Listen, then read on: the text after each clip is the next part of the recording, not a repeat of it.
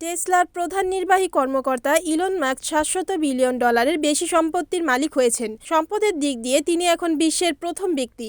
ফোর্বসের হিসাব অনুযায়ী 20 ডিসেম্বর রাতে মাস্কের মোট সম্পত্তির মূল্য দাঁড়ায় প্রায় $749 বিলিয়ন। আদালতের রায়ে টেসলার শেয়ার অপশন বাবদ প্রায় $139 বিলিয়ন প্যাকেজ ফেরত পান, যা গত বছর বাতিল করা হয়েছিল। 2018 সালে দেওয়া এই প্যাকেজটির মূল্য তখন ছিল প্রায় $56 বিলিয়ন।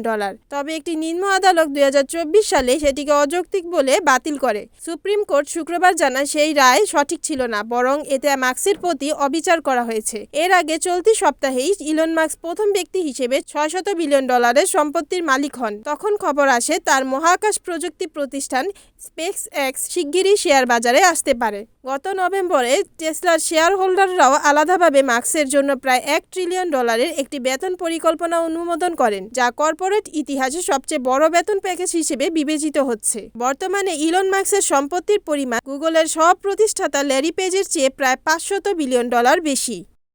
Desk news, NNTV।